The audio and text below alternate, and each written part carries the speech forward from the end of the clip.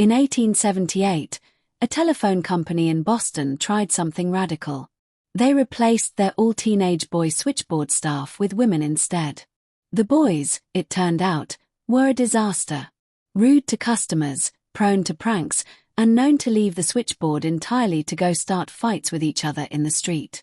The company needed someone patient, polite, and reliable to sit at a board and connect calls all day. Within a decade, Hello Girls, as they became known, had all but taken over the switchboard industry in America. And for the next 70 years, they ran the invisible backbone of every phone call made. Picture a wall of cables and jacks, hundreds of them, each representing a phone line in the city. A caller picked up their phone, which rang a light on the operator's board.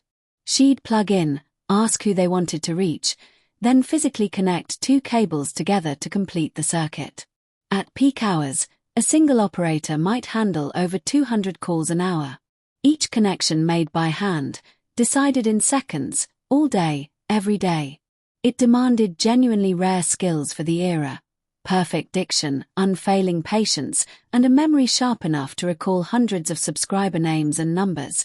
Since early phone systems in small towns often ran without number dialing at all, you just told the operator who you wanted, by name. Some companies required operators to be unmarried, under a certain age, and of a certain height, supposedly to fit the standard reach across the switchboard panel. Training could include speech coaching to eliminate regional accents. Some supervisors timed how long it took an operator to answer a call, down to the second, and operators could be fined for being too slow, or too familiar, or too cold. It was one of the first respectable professional jobs widely open to women, and one of the first to be that rigorously, invasively managed. Operators sometimes knew entire towns' business before anyone else did. Doctors leaving late-night house calls, arguments overheard mid-connection, who was calling whom and how often. In some small towns, the local operator was unofficially better informed than the local newspaper editor, and everybody knew it, and nobody could really stop it. By the 1920s, automated switching equipment started appearing in major cities, letting callers dial numbers directly with no operator required at all. It was framed publicly as pure progress. For the hundreds of thousands of women working switchboards, it was something closer to obsolescence, arriving city by city, one automated exchange at a time.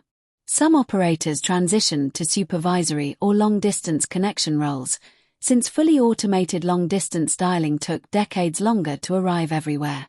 Others simply lost the job. The last manually operated switchboards in the US didn't fully disappear until the 1980s, holding on mostly in small rural exchanges too costly to automate. Somewhere, for over a century, there was almost always a woman on the other end of the click before your call went through, hearing your voice before the person you were calling did, and saying nothing about it.